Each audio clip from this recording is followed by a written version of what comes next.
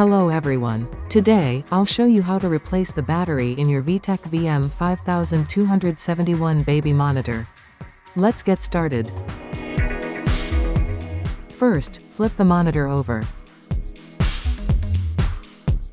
Next, open the battery cover, remove the old battery, and replace it with the Sino CS-VVM342MB battery.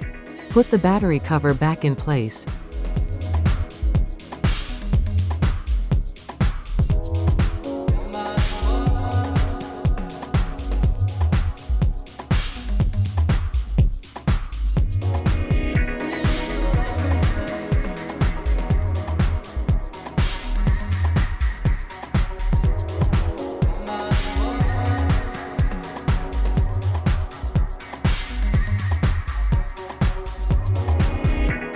And that's it, you've successfully replaced the battery in your Vtech VM5271 baby monitor.